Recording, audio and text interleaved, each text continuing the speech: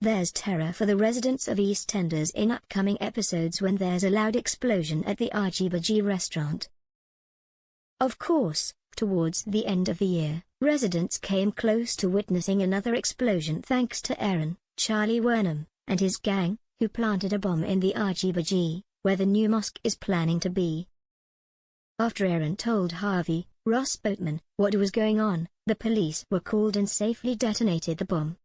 Coming up, everyone is clearing up the mess from a party at the Prince Albert the night before, when they hear a loud bang and there's instant panic, with the market traders all terrified for their lives.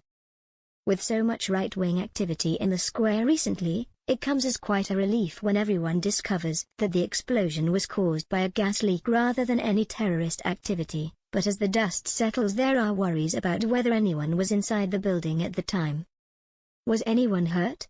And how much damage has been done to the building? There are going to be a few repercussions of this explosion in the days ahead.